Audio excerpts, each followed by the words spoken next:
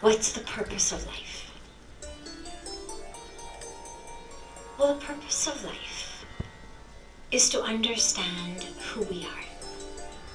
Not just intellectually because somebody told it to us or because we read it in a book, but to actually understand who we are.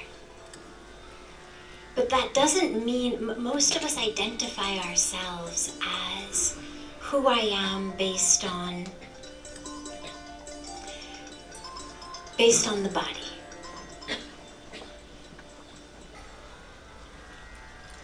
I was born in this country this many years ago. I was born in a male body, a female body, a Hindu family, a Christian family, a Muslim family, a Jewish family. I've been in this educational institute, I've gotten this degree. This is how we understand ourselves. I'm that culture, that religion, of this age, of this color. I like this, I don't like that. I've learned this. I've accumulated a lot in my bank account. I haven't accumulated a lot in my bank account. We identify ourselves like that. And what we're told is the purpose of life is to really know on an experiential level, not in the brain, but an experiential level, to know who we are. And that can only happen through a path of surrender. Who are we? Well, what we're told is we've been created not just by the divine, but of the divine. There's a beautiful mantra that says Poornima Poornamidam Poornat Poornamadachate Poornasya Poornamadaya Poornameva Vishishyate. And what it means is that, the capital T, that, is whole and complete and perfect and divine. And this, which has been taken from that, is also Poorn, whole, complete, perfect, divine.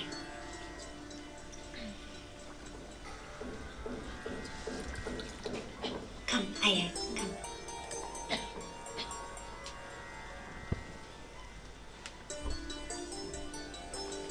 It's exactly what math tells us. What is infinity divided by 2? What? Infinity.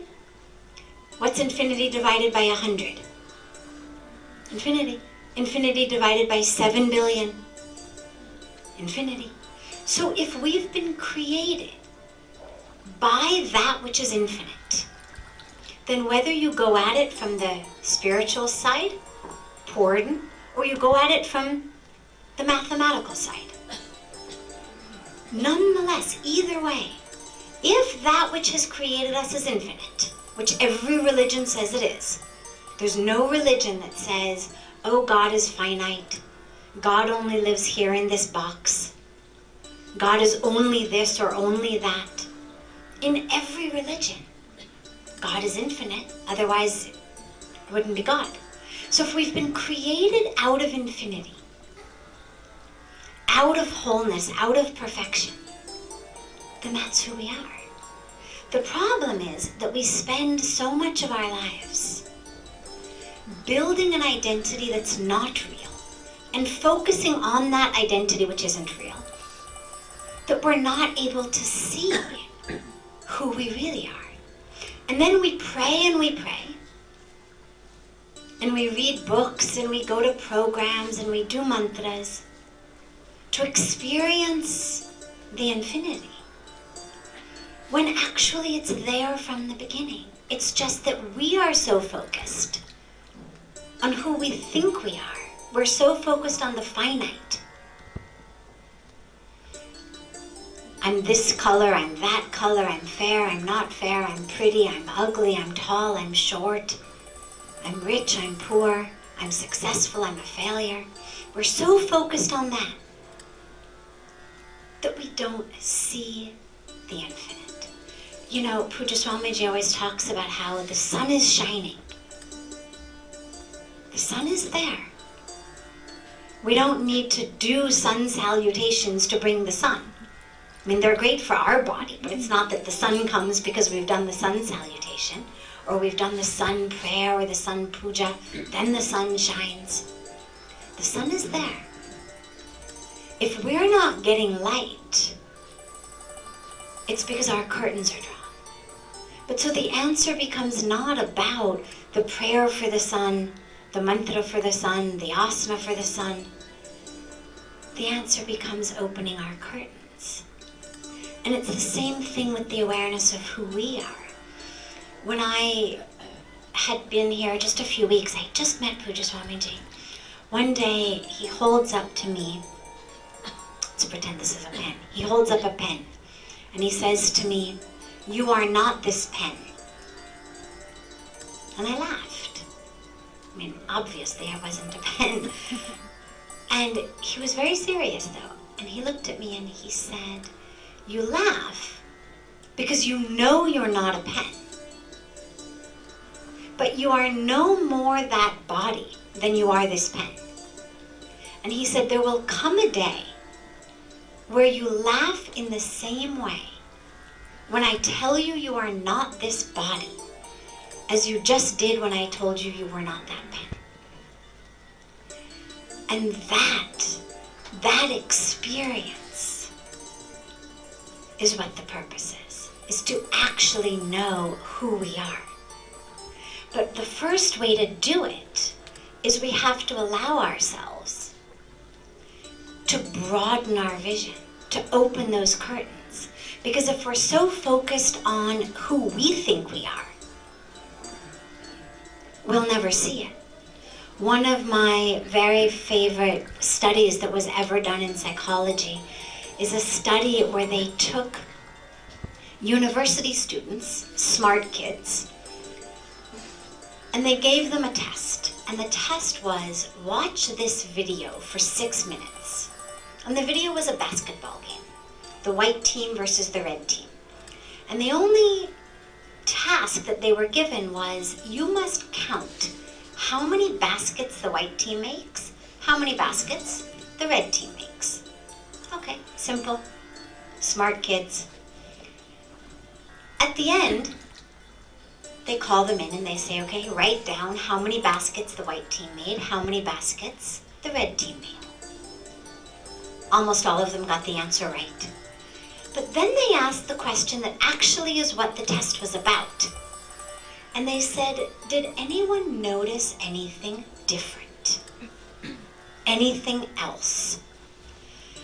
More than 50% of these students, smart, well-educated, successful university and graduate school students, more than half of them didn't notice anything else.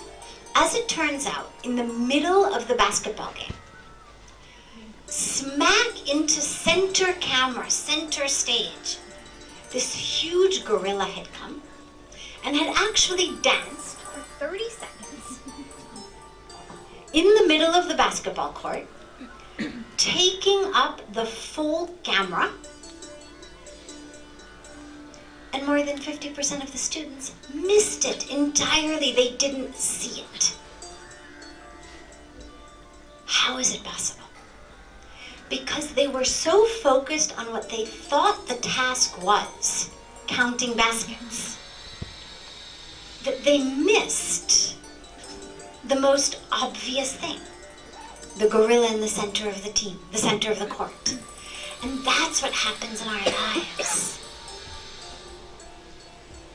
Who we are, that infinite nature, that divine nature, is right there. It doesn't require a special puja, a special prayer, it's there. What it requires is breaking the limitations of our vision. And then comes the last part of your question about, well, is it about doing good work and helping people? That comes as a byproduct. It's not that we do good work and help people because we're going to get something from it, we're going to get good karma from it, or because we've put a sticky note on our computer that says, remember to do one good deed today. What happens is, when we actually are aware of who we are, then we become simultaneously aware of our connection in the world. And when we become aware of our connection in the world, then that service springs not from one who has to one who doesn't. Not out of condescension, not out of pity, but the service comes as self to self. Their hunger becomes your hunger. Their pain becomes your pain because you are connected. And so the service springs out of that awareness and that connection. So first the purpose is know who we are. And then all of the right action will stem automatically.